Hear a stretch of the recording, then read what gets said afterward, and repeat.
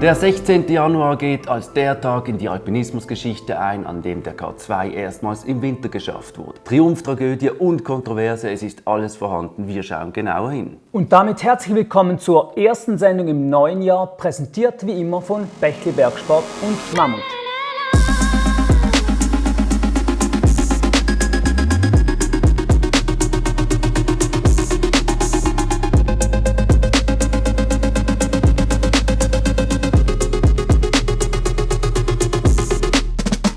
Erstmals stand nun also ein Team aus 10 Bergsteigern auf dem Gipfel im Winter. Einer von ihnen, Nirmal Purja, nämlich sogar ohne zusätzlichen Sauerstoff.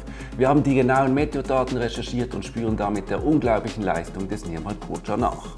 Die Saison am K2 ist aber noch nicht vorbei. Obwohl jetzt diese historische Begehung geglückt ist, sind immer noch ganz viele Bergsteiger am Berg, darunter auch zahlende Kunden. Man kann also sagen, nach diesem großen Ereignis kommen jetzt schon die Touristen an den Berg. Wir haben mit den beiden Alpinexperten Reinhold Messner und Stefan Nestler gesprochen. Doch zuerst wie immer zu den Kurznews. Lange haben wir uns gefragt, was hat Alex Megos vor? Zuerst trennte er sich von seinen Sponsoren Sterling Ropes und DMM, dann auch von Red Bull. Zudem ließ er verlauten, er werde seine Kletterkarriere neu orientieren. Inzwischen ist zumindest teilweise klar, wohin seine Reise geht. Ab sofort gehört er als neuer Topathlet zur Petzl-Familie. Eines steht fest, den Karotten bleibt er treu. Reklamationen gab es von den Bewohnern der Gemeinde Cresciano. Grund dafür waren die Boulderer, welche das Fahrverbot missachteten, um ins beliebte Bouldergebiet zu gelangen. Obschon auf der kleinen Alpstraße seit jeher ein Fahrverbot herrscht, wurde es in den letzten Jahren geduldet, wenn Kletterer trotzdem hochfuhren, doch jetzt nicht mehr. Die Anwohner waren nämlich vor allem wegen größeren Menschenansammlungen im Gebiet besorgt. Corona lässt grüßen. Ab sofort gilt, man muss unten im Dorf auf dem öffentlichen Parkplatz parken und hochmarschieren. Am 19. Januar ist die Bergsteigerlegende Cesare Maestri gestorben. Der Italiener war einer der wichtigsten Kletterpioniere. Ihm gelangen in den 50er Jahren zahlreiche Erstbegehungen, vor allem in den Dolomiten. Doch auch Kontroversen umringten ihn. So wird bis heute angezweifelt, dass er 1959 tatsächlich als erster Mensch zusammen mit Toni Ecker den ikonischen Cerro Torre erreichte. Ecker stürzte auf dem Abstieg ab. Als wollte er beweisen, dass er den Torre tatsächlich erreicht hat, eröffnete Maestri 1970 eine neue Route. Mit Hilfe eines Kompressors und hunderten Haken nagelte er sich den Cerro Torre hoch. Auf die Besteigung des Gipfelpilz verzichtete er aber, dieser sei nicht Teil des Bergs. Der Sportkletterin Angie Eiter ist eine äußerst anspruchsvolle Erstbegehung im Grad 9b gelungen. Der Kurzfilm Erstdesign dokumentiert mit eindrucksvollen Bildern ihren wochenlangen Kampf mit der Route, die sie Madame Ching getauft hat. 2017 war Eiter die erste Frau überhaupt, die den Grad 9b klettern konnte. Auch die 19-jährige Martina Demmel aus Deutschland lässt die Kletterwelt aufhorchen. Sie präsentierte eine unglaubliche Ticklist für das vergangene Jahr. Insgesamt 842 Kletterrouten verteilt auf 222 Klettertage hat Martina Demmel begangen. Von den 842 Routen, darunter 11x8C, sind 202 schwieriger als 8a. 30 davon kletterte sie on-site. Adam Ondra steigt ins Insektenbusiness ein. Er wird Markenbotschafter und Investor beim Hersteller Sense Foods, der auf Grillenmehl basierende Lebensmittel produziert. Ich denke viel über Ernährung nach und achte sehr darauf, was ich esse, lässt Ondra verlauten. Während Alex Megos also auf Karotten setzt, tut es Adam Ondra auf Grillenmehl. Wir schlagen schon mal den passenden Hashtag vor: Crickets for Power. Lösen wird aber unser Gewinnspiel aus der letzten Sendung aus. Wir haben euch gefragt, was ist der Unterschied zwischen dem El Capitan und dem Matterhorn? Ja, es gab ganz viele Kommentare von euch, ich glaube über 100. Es gab ganz einfallsreiche, lustige Wortspiele, aber auch mathematische Beweise, was die Form dieser beiden Berge anbelangt. Überhaupt haben viele von euch geschrieben, dass ihr El Cap gar kein Berg sei, sondern lediglich ein Felsvorsprung. Auch mehrfach erwähnt wurde der Umstand, dass es am El Capitan keinen Kiosk gibt. Das eine Anlehnung auf eine versteckte Kamera. Da hat nämlich einmal ein Fernsehteam einen Kiosk installiert am Matterhorn und damit Reinhold Messner überrascht. Der war dann gar nicht glücklich, hat sich ziemlich empört. Wir schauen uns das kurz an. Die Leute, aber Sie können mir doch nicht erzählen, dass Sie heute die neue Bunte herauf haben. Das glaube ich nicht. Ja, schauen Sie doch. Was sollten wir mit dem ganzen Plunder hier herum anfangen? Wir können das noch nicht hinauf und wieder runtertragen. Wer ist so dumm, diesen ganzen Plunder, den Sie hier anbieten, zu kaufen? Ich gehe auch nicht mehr aufs Matterhorn, wenn da weiterhin diese Kiosk stehen. Ja, aber das ist doch ein Service. Das ist doch die Zukunft. Ich werde mich beim Bürgermeister in Zermatt beschweren. kommen wir endlich zum Gewinner. Nach langem Hin und Her haben wir uns für den folgenden Gewinner entschieden. Roman Volz, du bist es. Roman hat sich nämlich hingesetzt und hat dieses sehr gelungene Gedicht formuliert. Wenn du das jetzt gehört hast, lieber Roman, dann schau bitte deinen YouTube-Account an. Wir haben auf deinen Kommentar geantwortet. Schick uns deine Adresse, damit wir dir diese Frames schicken können. Kommen wir nun aber zum Thema dieser Sendung, die erstmalige Winterbesteigung des K2. Wir fassen das Geschehen für euch kurz zusammen. Der 8611 Meter hohe K2 gilt als der schwierigste 8000er. Als einziger wurde er noch nie im Winter bestiegen. Extreme Kälte, extreme Winde, sehr dünne Luft und die hohen Kletterschwierigkeiten sind der Grund. 1987 wurde die Winterbesteigung erstmals versucht. Insgesamt scheiterten seither 7 Teams. Der höchste Punkt, den sie erreichten, war auf 7650 Metern. Bis jetzt, am Samstag, 16. Januar, standen 10 Nepalesen auf dem Gipfel. Es ist ein in mehrfacher Hinsicht historischer Moment. Erstmal sind es die Nepalesen, die im Zentrum stehen und nicht westliche Bergsteiger. Doch der Triumph wurde sogleich von einer Tragödie überschattet. Während die Nepalesen den Gang zum Gipfel schafften, stürzte weiter unten am Berg der spanische Top-Bergsteiger Sergio Mengote in den Tod. Auch er wollte den Gipfelvorstoß versuchen, kehrte dann aber in Lager 3 um. Triumph und Tragödie gehören sehr oft zusammen an den hohen Bergen. Wir haben einen sehr lesenswerten und interessanten Artikel auf lacrux.com veröffentlicht für euch. Auch wenn jetzt dieser Tod von Sergio Mengote den Gipfelerfolg überschattete, so überwiegt doch die Freude über den Erfolg der Nepalesen. Wie ist dieser Erfolg jetzt, Dominik, einzuordnen am K2 im Winter? Ja, es ist eben eine Wende. Erstmals treten die Nepalesen aus dem Schatten der Westler sozusagen heraus. Sie verbuchen einen Paukenschlag im modernen Alpinismus ganz für sich.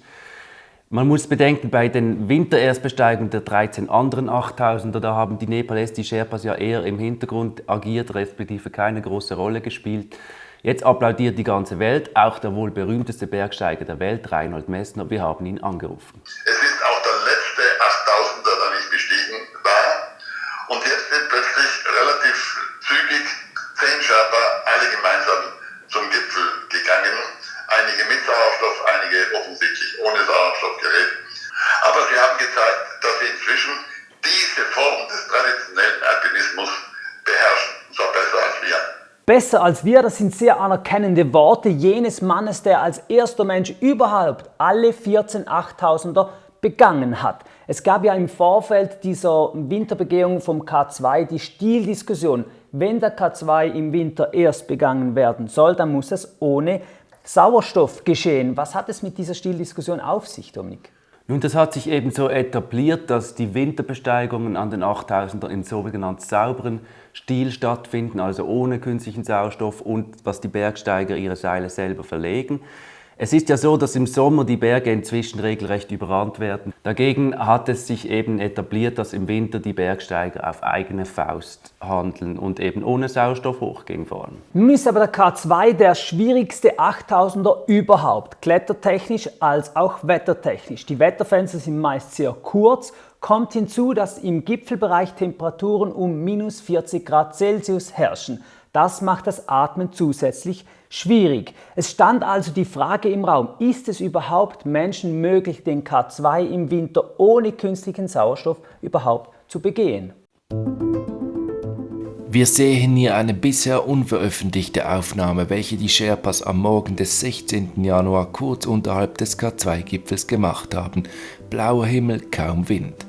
Kurz zuvor wären sie beinahe umgekehrt. The whole day was low wind until just before sunrise, between 5:30 and 7 in the morning, and they had high winds, about 50 kilometers an hour, and almost gave up the summit push. But after 7, again the wind dropped to less than 20 kilometers an hour. Das erste Gipfelbild. Es zeigt Sona Sherpa mit Sauerstoffmaske. 2 Tage später wird aber bekannt, nicht alle der 10 Nepalesen verwendeten Sauerstoff. Einer von ihnen schaffte es ohne Maske, Nirmal Purja. Damit hatte niemand gerechnet. Laut Meteotest, dem Institut, welches die Wetterprognose für die Expedition machte, herrschte am 16. Januar ein Luftdruck von nur 330 Hektopascal am Gipfel des K2. Damit war die Luft noch dünner als am Mount Everest, dem höchsten Berg der Welt. Der Grund dafür liegt an der geografischen Lage der beiden Berge. Der Mount Everest ist näher am Äquator, dort reicht die unterste Schicht der Erdatmosphäre etwas höher. Eine sauerstofffreie Winterbegehung des Mount Everest gab es bis jetzt erst ein einziges Mal. Sie gelang am 22. Dezember 1987 dem Sherpa Angrita.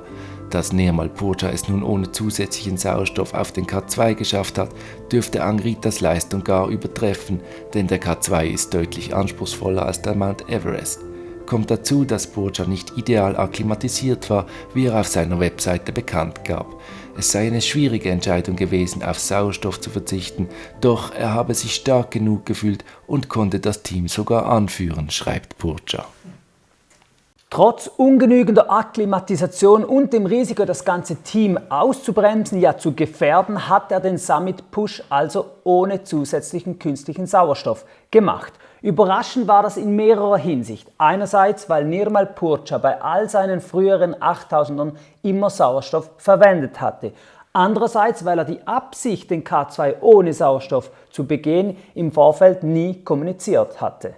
Übrigens hatte ein anderes Teammitglied, Ming Magyarlje, im Vorfeld sehr wohl angekündigt, er wolle es ohne zusätzlichen Sauerstoff versuchen. Der hat es dann aber nicht gemacht. Er ist mit Sauerstoff zum Gipfel gegangen.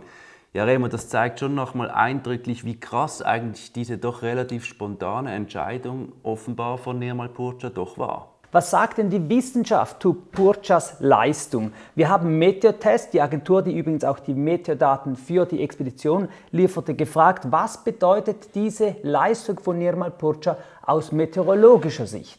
Die Begehung am K2 fand bei minus 40 Grad Celsius statt, wobei der Luftdruck, wie oben argumentiert, eben tatsächlich nochmals etwas tiefer als bei einer normalen Everest-Besteigung war.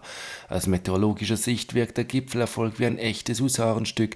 Mit einem solch kurzen Wetterfenster so weit zu pushen, ist hoch gepokert. Es ist in jeder Hinsicht ein einzigartiger Rekord, der den 10 Nepalesen gelungen ist, aber eben speziell Nirmal Purja, der es ja ohne Sauerstoff gemacht hat. Doch für Rekorde ist dieser Mann bekannt. Als Mitglied der Gurkhas, einer Eliteeinheit der britischen Armee, stand Nirmal Purja auch bekannt als NIMS 2017 auf dem Everest. Bis dahin hatte er keinen Bezug zum Bergsteigen. Erst mit 29 Jahren schnallte er sich zum ersten Mal Steigeisen an. Am Everest erkannte er aber seine Fähigkeiten in der Höhe und setzte fortan alles daran, der Mensch zu werden, der innerhalb kürzester Zeit alle 14 8000er besteigt. Sein Project Possible gelingt. Im Oktober 2019 steht er auf dem Shisha Pangma und schaffte damit die Begehung aller 14 8000er in der unglaublichen Rekordzeit von etwas über 6 Monaten. Der vorige Rekord lag bei 7 Jahren. Mit der Winterbesteigung des K2 hat er nun definitiv gezeigt, dass er zu den ganz Großen gehört. Reinhold Messner, der kennt den Nirmal Purja persönlich. Wir haben Herrn Messner gefragt, was ist dieser Nirmal Purja für ein Typ, der so quasi aus dem Nichts eine Tellerwäscherkarriere an den 8000ern hinlegt? Also als es angekündigt wurde, dass ein Einheimischer, ein Gurkha, versucht alle 14 8000 in einem Jahr zu besteigen und er hat um Sponsoren gebeten, habe ich ihm Geld geschickt. Das heißt, ich habe auf ihn gesetzt. Weil er mir in seinen Aussagen und in seinen logistischen Aussagen vor allem gezeigt hat, dass er das Ganze verstanden hat. Und er hat auch gesagt, ich bin kein guter Kletterer. Ich brauche Helfer, aber ich nehme nur die allerwenigsten und ich habe eine ganz genaue, klare Strategie, wie ich vorgehe. Nun ist die Wintersaison am K2 aber noch nicht vorbei. Immer noch am Berg ist eine Agentur 7 Summit Tracks mit 22 zahlenden Kunden. Dominik, jetzt musst du mir helfen, das einzuordnen. Wir haben jahrzehntelang gute Alpinisten versucht, diesen Berg zu begehen im Winter. Jetzt haben das die 10 Nepalesen geschafft und schon stehen da die Touristen am Berg. Ja, ist schon etwas speziell, wobei Touristen ist etwas hart formuliert. Es sind durchaus fähige Leute auch mit am Berg, zum Beispiel die Südtirolerin Tamara Lunger. Sie stand schon auf dem K2 und hat als jüngste Frau den Lotse erreicht. Auch dabei ist zum Beispiel die Schweizerin Josette Valadon, die schon auf 5 8000er stand. Auf der anderen Seite gibt es aber eben auch wirklich auf der Liste Namen, welche im Höhenbergsteigen komplett unbekannt sind. 7 Summits now conduct 30 expeditions per year across 15 mountains. with over 450 clients, all of which experience not only the highest level of service and comfort, but safety as well. Seven Summit Tracks ist die grösste nepalesische Agentur im Höhenbergsteigertourismus. Sie führen jedes Jahr 500 Kunden auf die Gipfel der verschiedenen 8000er. Und dass sie nun diese Expedition im Winter zum K2 bereits in ihr Programm nahmen, zu einem Zeitpunkt, als diese Winterbegehung ja noch gar nicht geschafft war, das hat schon für einiges Stirnrunzeln gesorgt. Wir haben den Experten Stefan Nestler, der das Höhenbergsteiger seit über 20 Jahren verfolgt, gefragt, kommt das gut? Ja, die sind halt schon sehr professionell, das muss man ihnen lassen. Ne? Also die haben wirklich sehr starke Sherpas, die für sie arbeiten. Und die gehen den Berg halt so an, wie sie den Everest angehen. Das heißt, sie verlegen die Fixseile, dafür schicken sie ihre besten Sherpas vor. Nur, was passiert oben, wenn sie mal über die Schulter hinaus sind? Da gibt es ja die Schlüsselstelle, das Bottleneck, diesen Flaschenhals, der ohnehin schon sehr lawinengefährdet ist. Im Winter mit Sicherheit noch mehr als im Sommer. Und da wird sich dann zeigen, was die kommerziellen Kunden drauf haben, ob es gelingt, sie sicher rauf und runter zu bringen. Also da habe ich große Bedenken und auch Befürchtungen, dass da was schief gehen könnte. Dazu ist wichtig zu sagen, dass unser Gespräch mit Stefan Nestler vor 2 Wochen stattgefunden hat, also noch vor dem Gipfelerfolg der 10 Nepalesen. Doch leider hatte das Unheil bereits zugeschlagen, und zwar nicht bei einem Touristen, sondern beim spanischen Topbergsteiger Sergi Mingote. Er hätte das Team der Agentur Seven Summit Tracks anführen sollen. Doch so weit kam es nicht. Der Spanier stürzte auf dem Abstieg zum Advanced Base Camp ab und zog sich tödliche Verletzungen zu. Trotz des tragischen Unglücks und obschon jetzt eigentlich Seven Summit Tracks die Gruppe ihren Bergführer verloren hat, wird die Expedition fortgesetzt. Die Fixseile sind ja jetzt verlegt zum Gipfel. Die Gruppe wartet auf ein nächstes Wetterfenster. Ja, diese Agentur Seven Summit Tracks, die kennt nur einen Weg, nämlich den Weg nach oben. Die Agentur will sich ganz klar einen Namen machen in der Wintersaison. Wir haben Stefan Nestler gefragt, was ist denn so die Geschäftsphilosophie dieser Agentur Seven Summit Tracks? Ich habe den Mingma Sherpa, den Gründer und Leiter dieser Agentur, mal vor 2-3 Jahren in Kathmandu getroffen und habe mit ihm ausführlich gesprochen. Und ja, da ging es damals dann hauptsächlich um den Everest. Und dann hat er halt gesagt, ja, als ich darauf ansprach, dass da so viele Leute sind, die da eigentlich nicht hingehören, weil ihnen die Erfahrung fehlt. Und dann hat er halt gesagt, ja, wir haben ja dann am Berg noch immer Zeit bis rauf nach Lager 4. Da haben wir ausreichend Zeit, ihnen noch mehr beizubringen. Und ja, das ist halt so eine ganz eigene Philosophie. Ne? Also, und wenn, angesprochen auf die Zahl der Toten, da hat er dann gesagt, ja, das liegt entweder an den Bedingungen am Berg oder an der körperlichen Verfassung der Bergsteiger, und da macht es doch keinen Unterschied, ob die 20.000 oder 100.000 Dollar bezahlt haben. Also es ist so eine fatalistische Grundhaltung, die da mitspielt. Und so nach dem Motto, also das hat er mir auch wörtlich gesagt, wir leben im 21. Jahrhundert, die Leute wissen, was sie tun. Wir sind auf jeden Fall gespannt, wie diese Wintersaison am K2 zu Ende gehen wird und ob wir vielleicht auch noch eine zweite Begehung sehen werden. Laut den Wetterprognosen könnte die erste Februarwoche durchaus ein günstiges Wetterfenster bereithalten. Damit sind wir schon fast am Ende unserer heutigen Sendung, die ganz im Zeichen des Höhenbergsteigens lag. Bevor wir uns aber verabschieden, möchten wir noch einen Hinweis machen auf ein Video, und wir haben wieder ein cooles Gadget, das wir verlosen möchten. Wir haben es lange angekündigt, schließlich haben wir es auch herausgebracht, unser Testvideo über Massageguns. Wir haben uns gefragt, was bringen die Dinger, sind die auch etwas für Kletterer? Schaut es euch an auf diesem Kanal. Und für diejenigen, die sich so eine Pistole zutun wollen, die können sie hier gewinnen. Wir möchten nämlich die Fix One von Compex verlosen. Ja, um an der Verlosung teilzunehmen, müsst ihr ganz einfach im Kommentar hier unten schreiben, wieso genau ihr diese Massagepistole verdient habt. Wichtig, wir kommentieren dann zurück dem Gewinner oder der Gewinnerin. Ihr müsst also regelmäßig euren YouTube-Account prüfen und schauen, ob wir euch geantwortet haben, damit wir mit euch in Kontakt treten können. Denkt wie immer daran, sendet uns einen Daumen nach oben und abonniert den Kanal. Herzlichen Dank, dass ihr da wart und bis zum nächsten Mal.